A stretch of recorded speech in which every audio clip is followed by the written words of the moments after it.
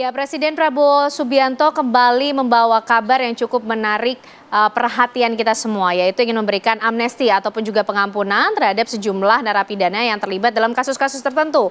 Nah, apa sih sebenarnya yang menjadi dasar dan bagaimana mekanisme pemberian amnesti ini? Kita akan membahasnya malam hari ini, tentunya bersama dengan Ketua Komisi Hukum DPR RI, ada Bang Habibur Rahman. Bang Habib, apa kabar? Sehat, Bang? Alhamdulillah, waalaikumsalam. Dan juga bersama kita ada Bang Mustafa Nara, pegiat media sosial. Bang Nara, sehat, Bang? Assalamualaikum, sehat. Waalaikumsalam. Dan juga bergabung bersama kita malam hari ini ada ahli hukum pidana Universitas Pelita Harapan, Ibu Christine Susanti. Selamat malam, Bu. Selamat malam. Ya, Bang Habib, bagaimana kemudian menyambut rencana Presiden Prabowo Subianto yang ingin memberikan pengampunan atau amnesti kepada sejumlah narapidana? Jumlahnya cukup banyak, Bang, 44.000. Ya, ada dua hal ya. Tentu soal over capacity menjadi perhatian. Ya, saya di 5 tahun di DPR, ini periode kedua, setiap kami kunjungan kerja ke berbagai provinsi itu selalu menjadi masalah. Over capacity minimal 4 kali lipat dari semestinya dari penjara kita, dari lembaga pemasyarakatan kita penghuninya. Nah, selain persoalan over capacity, ada hal yang juga substantif, yaitu politik hukum kita. Politik hukum bangsa ini terkait perkara-perkara yang sifatnya disebut misalnya ujaran kebencian. Seperti apa? Kalau dalam KUHP yang baru ya, kita bikin pengaturan yang cukup progresif. Di mana ya orang baru bisa dipidana kalau benar-benar menimbulkan kericuhan yang fisik. Ya. Jadi karena ucapannya timbul kerusuhan, bakar membakar dan lain sebagainya.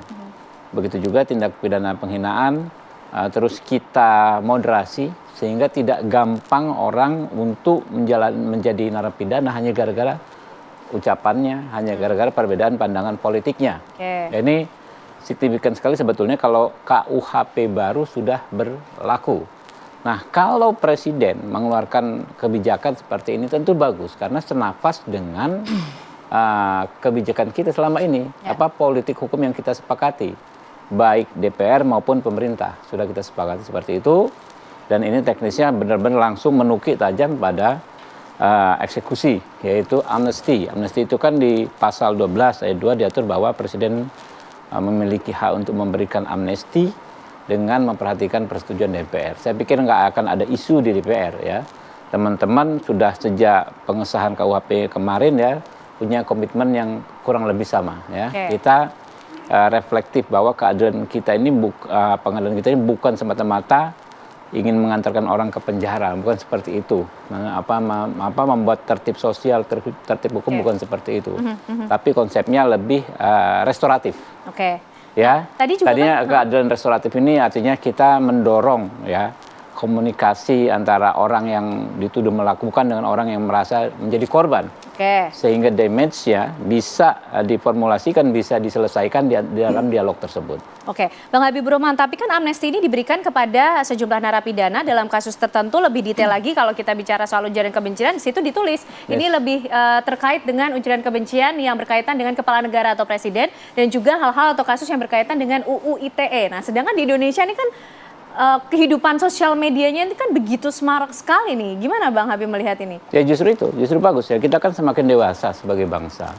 Kita semakin bisa menghadapi perbedaan politik dengan cara-cara yang lebih bermoral ya. Lebih tidak menimbulkan damage di masyarakat. Ya. Karena itu negara juga harus menunjukkan intensi begitu juga gitu loh. Jangan negara ya kan menggunakan aparatusnya untuk digunakan merespon pernyataan-pernyataan dan lain sebagainya yang kurang lebih tidak begitu sesuai dengan polisi negara. Nah, ini yang sekarang proses terus terjadi. Ini bukan sekedar political will kebijakannya Pak Prabowo, tapi ini memang gayung bersambut terus antara para pemegang saham Republik ini, partai-partai politik, teman-teman lembaga swadaya masyarakat, ya. Teman-teman aktivis media sosial, saya pikir frekuensinya sekarang sama ya. Kebijakan ini saya pikir akan didukung oleh semua pihak. Bang Nara, bicara soal ujaran kebencian dan juga kasus Undang-Undang ITE, ini apakah menjadi angin segar, memberi dampak positif khususnya untuk netizen di Indonesia ini, atau justru kemudian ada kelonggaran-kelonggaran tertentu yang akan menimbulkan tantangan juga gitu? Memang koalisi sipil itu sejak tahun 2011 sudah rame mereka. Istilahnya kasarannya menolak undang-undang ITE ini. Ini sudah direvisi kalau nggak salah 2 kali ya. Ya. Tetapi sebelumnya perlu saya sampaikan, Pak Jokowi juga pernah pada tahun 2019 itu memberikan amnesti ya kepada kalau nggak salah baik apa itu namanya itu Ibu baik Nabil atau Nubil itu. Nabil.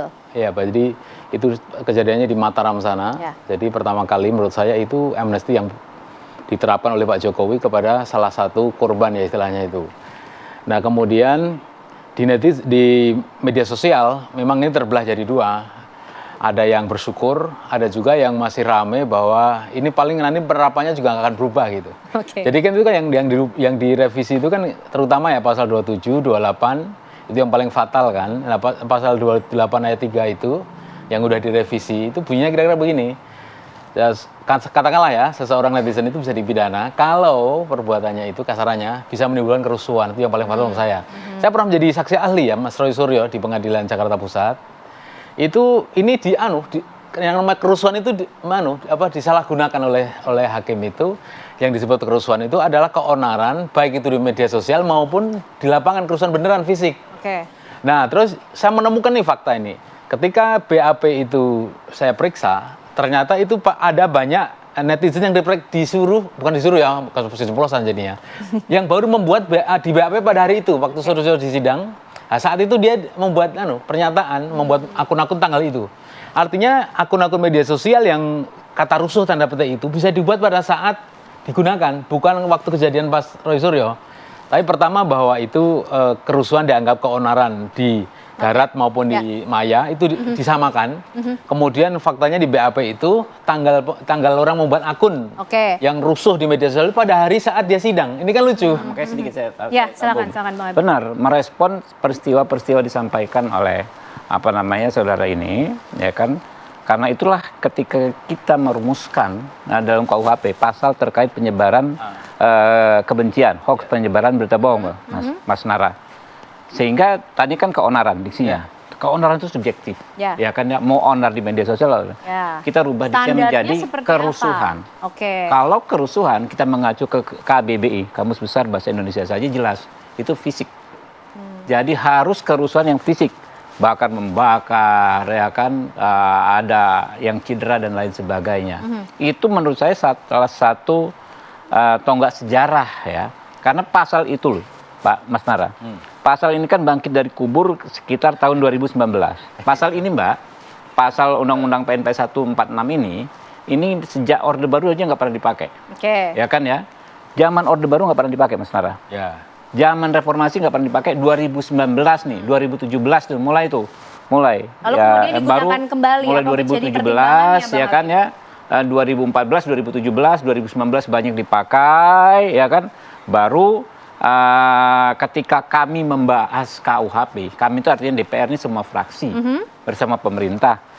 Rumusan pasal itu kami secara revolusioner kami ubah sehingga nggak bisa lagi Mas Nara. Makanya saya bilang kemarin kalau KUHP saat itu langsung diberlakukan, waktu itu kalau nggak salah Habib Rizik, kemudian siapa ya Gus Nur yang mana? Gus Nur. Apalagi yang meninggal siapa Pak? Bambang Tri. Bambang Tri bukan ya? Siapa ya? Bukan. Pokoknya itu nggak bisa dijerat karena tidak terjadi kerusuhan. Oke. Ya kan Habib Rizik itu kan waktu itu yang pulang dari Mekah, ya kan dibilang menyebarkan berita bahwa apalah ya dia sehingga kerusuhannya nggak ada, tapi dibilang kegaduhan di media sosial. Baik. Ya. Nah sekarang nggak bisa lagi. Nah ini KUHP akan diterapkan 1 Januari 2026. 1 tahun lagi. Dan kami saat ini sudah disahkan di prolegnas kemarin akan menggarap KUHP baru, ya KUHP, hukum acaranya, khusus mengenai yang mengatur tentang bagaimana running di KUHP ini. Ya, insya Allah, jadi kebijakan presiden ini mendahului, ya kan ya, bagus ya, secara positif mendahului hal-hal positif apa yang akan kita lakukan dalam 1 tahun ke depan. Oke, jadi kalau bicara persetujuan nampaknya sudah sejalan ini ya. Tapi nanti kita akan bahas termasuk apa yang menjadi urgensinya ya Bu Christine ketika Pak Presiden Prabowo Subianto memberikan amnesti kepada sejumlah narapidana yang jumlahnya ini juga tidak sedikit. Tapi nanti usai jeda dijawabnya, kami akan hadir untuk Anda pemirsa usai jeda.